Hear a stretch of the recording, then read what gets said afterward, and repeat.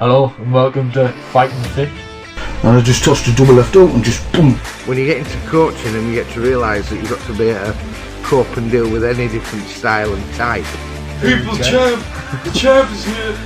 And then somebody can win with a big block of cocaine. We find out that nobody diagnosed Tommy with HIV. Hello, I'm joined by Andy Coulson, who's a strength and conditioning coach for some of the top athletes in the Northeast. How are you doing? I'm fine, mate. I'm fine. Thanks for having us on. Yeah, it's good. Remember, you go easy, because I've got you back in the gym on Tuesday. So, revenge. Yeah, So, be more than miles on the assault bike. just take it easy. But no, I was planning on starting with just asking how you initially got started working with combat athletes. Yeah, sounds so. I opened Unit 29 in 2014. So I always had two parts of the business. Had a one. The first part was not the first, but like the two parts. Working with everyday people, so personal training, doing boot camps, strength conditioning classes, and then the second focus was working with like sports performance athletes. So two parts. So when I first opened, I put like advertisements, that kind of thing, like looking social media. Yeah. I got talking to a lad that just won the ABA title, 18-year-old lad at the time. So have a bit of crack, said come in for a session, and when he came in it was Josh Kelly. So Josh was my first combat athlete, first fighter I worked with. Yeah. So at the time he wasn't obviously who he is now. So he come in, and as I started working with Josh, started in 2014, and I trained him right the way up to the Olympics, Rio Olympics. What was that? 2016 Rio, I think. No, it wasn't Rio then. Would it be in the Rio Olympics? I think it will have been Rio. Oh, we'll have to check that up. But 2012 was London. So it was the one after London. So yeah, that's 2016. Oh, 16. I think. Oh, right. Okay. Right. Yeah. Right. Sounds. So I trained Josh up to the Rio Olympics. So when he was with like GB, he would come back. We would work together. So at the time of working with Josh, I didn't really have a lot of experience working with combat athletes. None really. Yeah. So this young talent come in. I had loads of experience working with different athletes. So basically, you name it, I've worked with an athlete. My first athlete I worked with was like a table tennis player. Done mad. Skiing, netball, fencing. Worked with a lot of footballers, and I still do now. All sorts. I did badminton. So then when I got Josh in, so like I say, I knew how to do strength conditioning, but I didn't, not specific for boxing. Yeah. So I got this young kid in, and kind of the first sessions, his goal was, I want to go to the Olympics. So I'm thinking, bloody hell, I've got this kid in, this talent, just opened me gym. So I thought, right, I need to be on this lad's level. So I need to get better. So literally I threw myself into learning about like how to train a fighter, how to train a combat athlete. So I spent loads of time reading articles. I did certifications, mentorships, all geared to work with fighters. Yeah. So say Josh was my main guy. I used him to put like posts on, advertisements. And from that, it kind of, I got more fighters.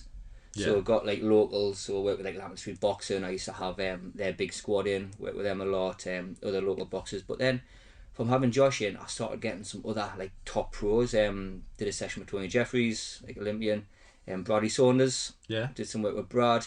This was in the early days. Then as I've continued to develop, I've keep putting like me content out. I've got a hell of a squad at the minute that I work with. Obviously you've seen some of the guys. Yeah. Got the Matchroom lads. You got Frenchie, Callum French, Cyrus Patterson. I know you would have seen it, Joe, but like if you haven't seen his last fight, I was there. Fight. Yeah. It was great. Cyrus's absolutely warrior.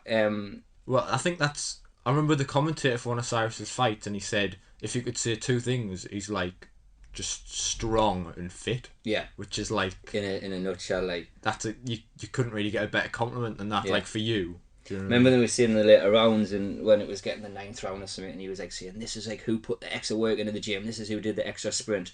Yeah. But yeah, brilliant. Literally, you put two fighters in a post box, or in a phone box, Yeah. in the punched hell out of each other. But yeah, so like Cyrus, like Frenchie, Kieran MacDonald, GB lad, just won a silver at the Commonwealth. So fingers crossed, Kieran goes to Olympics. Yeah. Again, I get Kieran similar with Josh when he's home, Yeah. when he's back. You know, I've got some young, good kids coming through it yourself. Yeah. England. Dan Toward, ABA champion.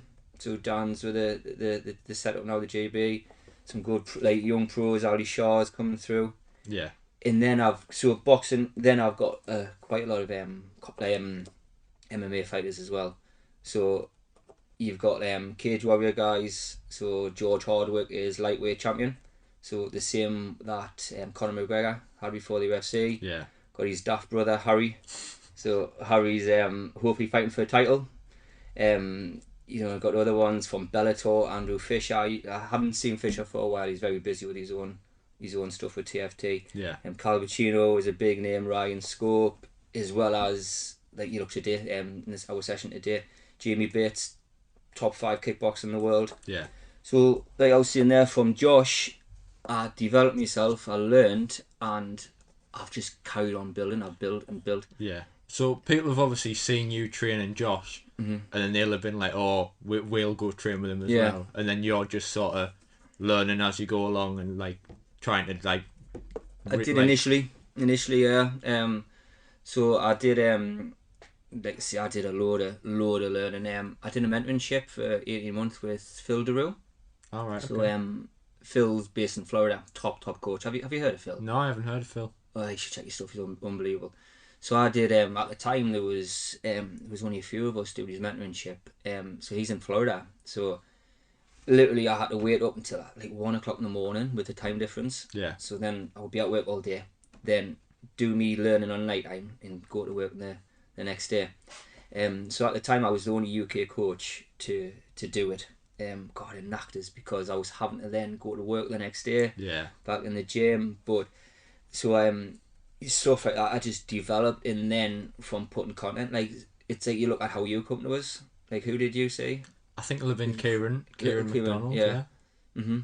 So So yeah, I think I saw that, and then I think it was on the web. You got a website, don't Yeah, you? Where yeah. I just like put my details in and then got a message back. yeah, But yeah, that's how it works, isn't it? You see, because I always think if it's good enough for them, yeah. it's obviously would be good enough for me. You know what I mean? I think you take a step back and you look at some of the guys that's in the gym, like you say today in your session, you train Yeah. with the lads, like you've got like a world champion, you've got probably a future world champion, Harry, like top Yeah. kid, Jamie Bates at the top of his game. You know, you got like top kids, so it's great for you to be like a young lad Yeah. just starting. At first, when I first went in as well, especially with like Frenchie and Cyrus, I was a bit like, because obviously I've watched them for years, Yeah. and like not starstruck, but I was a bit like taken back, and then it's like you get used to talking to them, and then you realise that they're just like normal people as well. Chavez. It's weird. Just normal Chavez. Yeah, but it makes it, the things that they've achieved, it makes it seem more realistic when Yeah. you're sort of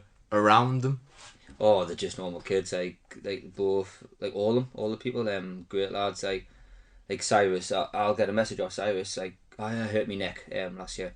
How's your neck? Hope you and your missus have a good weekend. You know, they're just Yeah. like, they've got a lot of time for, you know, like they say that there's something taught you. Yeah. Like people's got good words to say about them.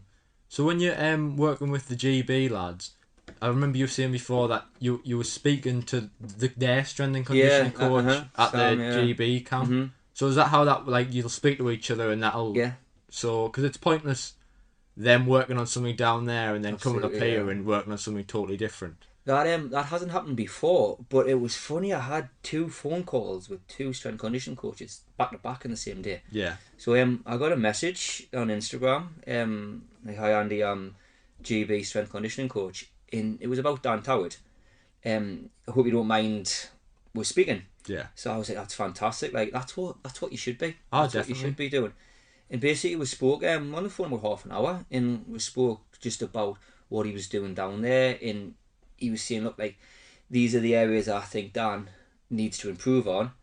What do you think? Yeah. So I'm like, yeah, like, and I'm seeing what I'm doing with him. He's telling me what he's doing with Dan. Sent his work out. This is what he's done this week.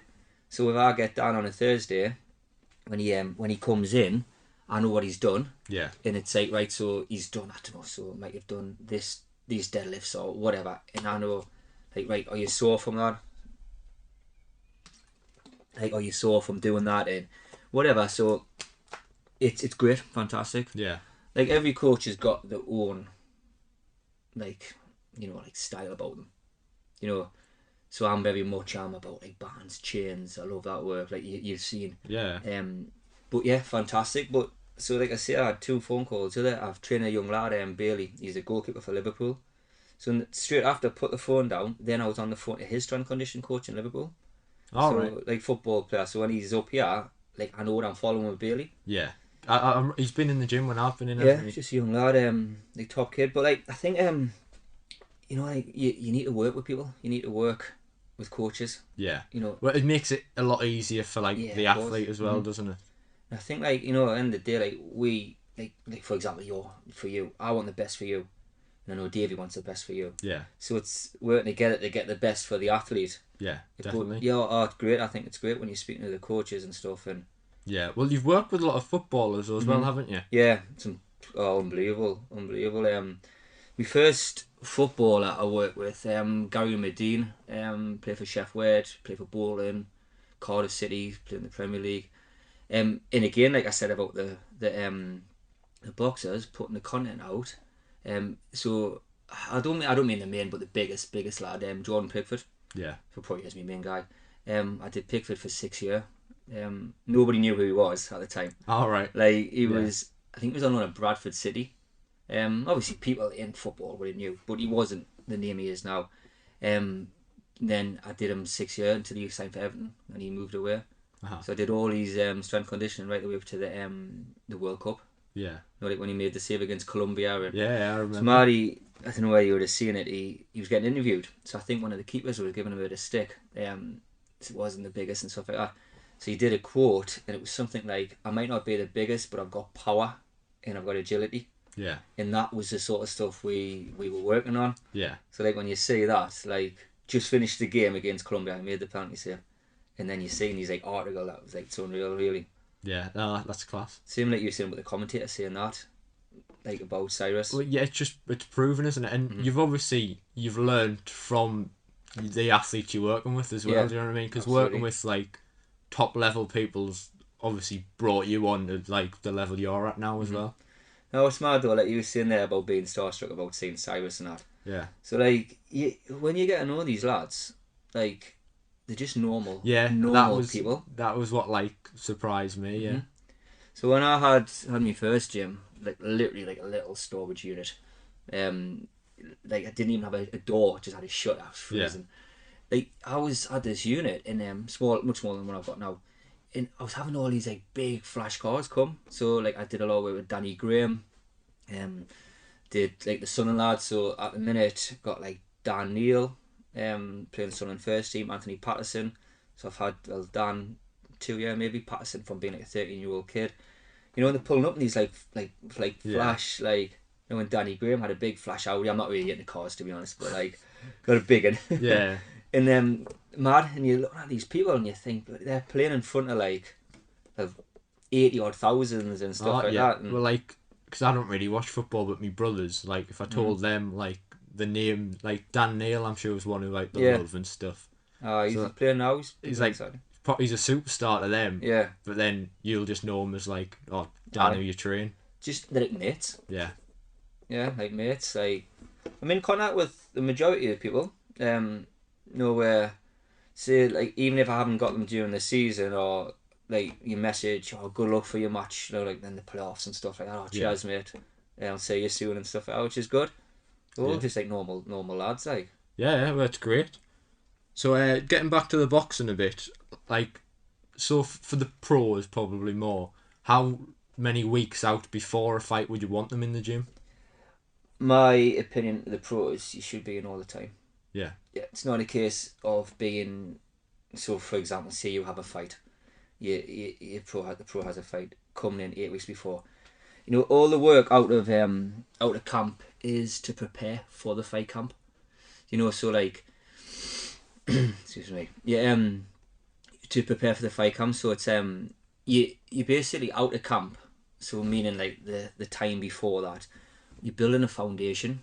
You're building a strength foundation. Where basically we're getting your body, getting the pro's body prepared for when we go into camp. Yeah.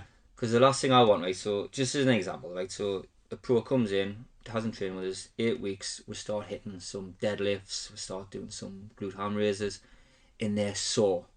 So then the train for the fight.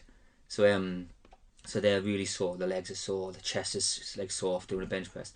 So then how are they going to perform it doing the skills? So they're going sparring. Yeah. Like, so out of camp is where we're working on that. We're getting all that flushed out. We're getting ready. So each fighter is different. So every fighter is different. Everyone's got strength. Everyone's got weaknesses. So out of camp, I'm identifying that. I'm thinking, right, well, like he needs to work on that, and he needs to work on. Do you know what I mean? Yeah, yeah. So so when it comes to the fight camp, we're hitting it hard, like hitting it hard.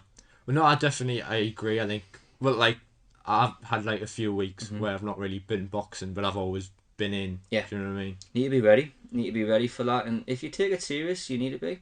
Yeah. Have to be ready. So like I say, like, you know, if you can't deadlift, then you come to the fight camp and I've got deadlifts in that program, then we're spending 3 weeks learning how to deadlift. Yeah. Instead of getting the fight camp on that like 8 weeks out here. Yeah. And you're right going and your weights are up. So for that fight camp, what are like the stages that you'll put the fighters through? So I have fight camp normally starts 8 weeks out. Yeah. With the 8 week being the fight. So I want that fighter in twice a week. And I need him in twice a week. You know, like obviously sometimes that doesn't happen, but ideally twice a week. And in them 2 sessions, I can cover everything. So I'm looking for strength, like speed, like power, explosive power, and then we're putting muscle on in the right places. You know, like I said there, everyone's different. Everyone's an individual. Yeah. Where, you know, like you've got to identify the areas you need to work on. You then, again, especially for the pros, different for the amateurs, where you know who you're fighting. Yeah. Some of the guys got 10 weeks notice, 12 weeks notice, so you know what that fight is. So get the fighters 8 weeks out. In them 2 sessions, I can get everything in, like I say. So I kind of like split it up.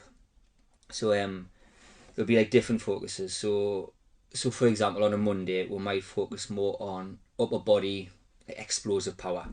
So that might be like you know, the stuff we do, like the medicine ball variations. You know, I do all kind of throwing. I attach the bands to the bars where we're doing the bench presses. We're doing the landmine work, but you've got them bands attached, so that's all to do with your speed and power. Yeah. And then depending again on the session, we might hit some like lower body strength work. So this is from like 8 weeks, yeah. So then again, like you're working like with the MMA guys. I love Zercher squats, you know, with the bar. You've done them with me, yeah. Zerchers with the bar. I think I've done once or twice. Yeah. MMA guys love that for MMA. Yeah. So again, specifically the athlete, you've got like them for them, or for the MMA, or for a boxer, like I love like maybe like a trap or a deadlift for a main lift. Yeah. So we'll have like a bit explosive work for the body. We might put some strength in for the lower body, and then we might follow that up with some strength. What's going to aid that main exercise. Right. Okay. So I might think like you're lacking in hamstrings, or we need to work on this, and we'll have our main focus, and then we'll just have the other things underneath. Yeah. Hit some core work, hit some conditioning. So then, as it gets closer to the fight, like, because obviously it's more like explosive stuff, isn't it? So like I mentioned about out of camp, you know, at the time we're building that foundation, and then we're working on it through camp, through the fight camp. So what I was saying there about the upper body explosive and the lower body strength, on the second day that'll flip. Yeah. So we'd focus on lower body explosive. You know, we'd hit jumps variations. Yeah. Which you love. I'm gonna get a video of this. I can do most of them. It's when like I have to stand and just jump straight ahead and like I just seem to No, like. you're doing well, man. You're I've doing got well. no centre of gravity. I think we just want to like topple forward. But so for the lower body jumps variations, yeah, I love doing the sleds, and then I would hit the upper body work. Yeah. So like I was saying about how we're hitting everything. So we're hitting power, speed, low, and then we're hitting upper body strength, and then exercises. So we do that for a good few weeks. Using bands for speed, for the deadlifts, Yeah. for the bench presses, using chains. You've done the chains, haven't you? Yeah. For the strength. So then as it gets closer, we're looking for that maximum power. So a lot of the time what I'll do, again, everyone's different, would pair a heavy exercise with an explosive exercise. Perfect example, bench press into a medicine ball chest pass. Yeah. So see how it's the same movement. Yeah. And we'll work the kind of the program like that. But will that be lower reps? Yes, sorry, yeah. So you might hit like maybe I always do like a wave, so I might do 3 reps, 2 reps, 1 rep. Yeah. So 3 reps on the bench press into 5 chest passes. Yeah. I know it's a bit different because the few times we're like in championships when I've been training, it's like, oh, I'm boxing this week, then I'm boxing 2 weeks later, then the week after that. So it's kind of hard to try and like peak. Do you know what I mean? Which you can get spot on with the pros. Yeah, because you've got that date, haven't you? So I was just like throwing balls and jumping and stuff for like quite a few weeks. I was always just trying to be like ready to box. Yeah. But that's probably where it's better with the pros. Yeah, because you have the date. Yeah. It's fantastic if you got like 12 weeks. Yeah. But very rarely you do. 8 weeks normally. Yeah. Um. Because when I first, well, like a while ago, I always thought like, oh, I don't want to be lifting weights. It'll slow us down, make us stiff. No. Like they were always what I've been told of a few people, and then because you do hear that a lot, like for boxing, it's like you don't want to be muscly, you don't want to be like stiff. You'd be like Joshua, he's too big. Do you know like the other things that people say? So what would you like say about that? I would say that you need to be following the proper program. Yeah. Do you know, like so I've had fighters before come in, what have you done in the past? And it's like, they'll be following a bodybuilding program. Yeah. You follow that, yeah, you're going to be stiff. But you'll know yourself of training with us. How long have you been with me for now? I think probably since June or July. So nearly a year. Oh, fantastic, aye. Oh, I didn't know it was that long. Yeah. Mad, that, like. But yeah, you know yourself, like, if you train like a bodybuilder, yeah, you're gonna, but we don't. Yeah. So a lot of the time we're working low reps, so we're not looking to put muscle on in the wrong places. Yeah. But we're hitting muscle in the right places. Do you know? So there's a lot of the time as well. Well, we do all the time. We're doing all the throws. We're doing the jumps. So we're keeping you explosive. Yeah. Not just putting you on a bench and hitting loads of hypertrophy, loads of muscle building stuff, where you like will be a stiff idiot. Yeah. Well, and like the sessions closer to like in fight week and stuff. I remember something you were saying, when you leave this session, you should feel ready to do a session, and it, like, because you do ask, you ask what the boxers have been doing in the boxing sessions, and you'll base that around, like, so someone's got sparring that night, they might not do like a particularly hard exercise that's going to make the legs really tired and stuff. Yeah. You know, I've seen it before. Like I had a fighter I worked with. I'm not mentioning names out like that, but left me and went to another coach. Yeah. And I've seen videos. Obviously, I'm pissed off. You know what I mean? Because you're very attached to your fighters. Like I put everything in them. Everything. Very passionate about training and stuff like that. And I was just seeing these like videos, pictures, kid on the floor, knackered. Yeah. You know, and I'm thinking, what's the point of that? Like, so what I try and do is everything's got to be for a reason, where you can ask me, why am I doing that at that part of the fight camp? Yeah. And I'll tell you. So if you come in and you said, oh, I'm sparring tomorrow, I was sparring last night, I always tailor it. I always ask the fighters how they are. What you've been doing, have you trained the day? And it's just a conversation, but it's getting out of you. You're like, oh, I'm knackered, we did whatever. Like, we've done hill sprints or, great. But I always ask, and then I often tailor my sessions to that. Yeah, well, it's definitely important, isn't it? Mm-hmm. Oh, massively. If I've got a fighter, where they're knackered, what am I going to get out of that session? Yeah, and you're obviously, you want them to be good for their boxing sessions as well. because you don't want to be like taken away from the other sessions that they'll be doing. Where like, Yeah. because you don't want the coach to be saying, "Oh, he's knackered because he's been training." No. The most important thing for a fighter is the skills, Yeah. the boxing. And all I am as a strength coach is having you guys in. I'm just like a little kind of like piece in the puzzle. Yeah. I'm just helping you along the way, developing you in different ways. Where the most important thing is you need to be ready to spar. You need to be ready to box. If you Yeah. go in sparring and you're crap, your coach is like, "What have you been doing?" Oh, Andy's had us on doing this. Yeah. Like that's not what I'm about. Like I'm about making even like I've got guys coming in where they're knackered, and like we might just do 20 minutes mobility, Yeah. stretching the shoulders off, and they might not know that, but I'll know. I'll bring the sessions back and stuff like that. So Yeah. like working on the injuries and stuff. As a fighter, you want to go in and every session you want to smash it, but I'll know like I've just done whatever 10 rounds sparring, right? Okay, and then I'll program for that. Well, I think when I first started, that's what I got told all the time. It was whenever I'd finish something, I would run to the next thing as if it's calm like a down, man. circuit, and you're always like, no, take your rest, like walk. But yeah, because I think in a boxing gym it is very much that like go, whereas like with the strength work it's different. But like you were saying about how you train a lot of MMA fighters, how would you say that the training is different between training someone for boxing and training someone for MMA? It's very similar, very very similar crossover. Especially with the pros, but they do 5 minutes. Yeah. They do 5 minute rounds, so I've got to make sure a fighter is conditioned to do 5 minute rounds. So like George Hardwork, so he's a lightweight champion for Cage Warriors. He for his title fights does 5 minute rounds. Yeah. Like imagine that, man. Yeah. It's So a long time. So obviously the pros are doing 3 minutes. One of the girls I train, I didn't mention, so I apologise, Jordan. Jordan Barker Porter, she's flying the flag for the women. She does 2 minutes. Yeah. So that's, you've got to factor in what's happening with like the actual fight. So we train for 2 minutes. The lads train for 3. MMA 5 minute rounds. Yeah. But a lot of the time with the MMA is a massive transfer over. Different exercise selection. So like you've got like I said before, I love a Zercher squat for MMA, but I wouldn't necessarily do that with a boxer.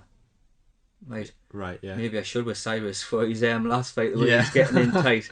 But so is that what that's for? Because that's more suited to like being up close and like grappling sort of thing. Yeah. Getting you strong through your legs, but you're still like strong in your body as well. Yeah. But the thing with like training like all fighters, really, like everybody is an individual. Yeah. So there's no one program that fits all. Yeah, So definitely. I had Jordan in yesterday, and she was in the same session as Cyrus. Obviously, the last different boxing, different styles. So I've got 2 different sessions going on. Yeah. So like Jordan's with us twice a week, Cyrus twice a week. Different sessions. So again, like I said before about weaknesses and stuff like that. So we're working on different stuff. And it's the same with the MMA guys, with other boxing guys. Every fight camp's different. Yeah. So so when George won his lightweight belt, so I don't know if I mentioned before, but that Conor McGregor had it before. Yeah. Did I mention yeah, that? you mentioned, Right. yeah. So George has got that, and so George was for the fight before he won the belt. He was fighting a top wrestler from America. Right. So top, one of the top wrestlers for, I don't know how it works in America. Yeah. It was like one of the top gyms as well, Yeah, wasn't it? Khabib's gym. Yeah. So he was his coach. So we knew well in advance. We basically were planned the fight camp. So we knew that this fight was going to go to the ground. We knew this. Kyle Driscoll was called. Was going to shoot in, take George down. So the fight camp was based on maybe 2 or 3 things. One, if the fight went to the ground, how George was going to basically be strong and cope with the demand of this top wrestler. Yeah. 2, to get the takedown defense. Yeah. Getting his like hips faster so he could get out of the way. And then 3, just basically making him all around. Bell went, George didn't get took down once. this Kyle Driscoll, this top wrestler, Yeah. came out and boxed George's head off. Like, come up with these boxing stance, George, blood coming out his nose, he jabbed him the fuck out of him, like, Yeah. literally, like, blood down the back of his throat. So we planned for weeks For a wrestler. for a wrestler. We knew this was going to the ground. Yeah. He did try and shoot in, and George just got his hips out of the way, so we did a lot of work getting his hips, like, faster. Yeah. But yeah, he boxed him. This kid come out, Just the caught him skills by on him. surprise. Yeah. George is like hesitant, and bang, his head's getting pinged back. Yeah. George finished him with a lethal body shot. Yeah, which is liver. almost like his signature yeah. move now, isn't it? Aye. Them body shots. Yeah, class. So you know, like saying that everyone's different. Yeah. Every fight is different, and it's So sorry, man. no, go on. No, you go. No, I was just gonna say, like, do you know when you see fighters like Tyson Fury and stuff where he's having a big camp in Vegas and stuff? If like one of your lads was like, "Oh, how are 8 weeks in Vegas? Are you going out to train them for like big unreal. money?" Imagine that, man. Yeah, is that would you be interested in Well, that? aye, definitely. If you give us a big chunk of money as well, like, Yeah, like a big world title fight going over. you see it, you see them. Joe Joyce was in Vegas. Yeah, Took his strength coach out. Matchroom guys go. Like Conor Benn and stuff were they in Tenerife or something? I think so. Marbella, something was it? Yeah. Oh well, and then John Ryder's just boxed in Mexico as well, so I think they've all been over in Mexico. Oh, it'd be class. Like his strength coaches there and stuff. Love it. Aye, In imagine that. Guadalajara. But all you need to do and now we're there, wouldn't I? And then I'd be on holiday. But imagine that, like Vegas or something. Aye, it would be class. Hopefully though, like hopefully that'll happen. Like, Well, yeah, I think with the crop that you've got now, Mm-hmm. I could definitely see that happening. Like, you know, like the crack is with Cyrus, he's gonna, a couple of fights. What's next for him? he's top 15 with the WBA now, like in the world. Flying, like, So yeah, British Doing really title. well. I think so. I think that's the plan for him, isn't it? Hopefully Jordan Barker Porter, she's hopefully fighting for titles soon, gets Yeah. a couple more wins under her belt, so you never know. Yeah, definitely. But now we're there, and then I'll just be like chilling. Class. All right. Well, thanks for coming on. I think we'll leave it there. Spot on, mate. Thanks for having us.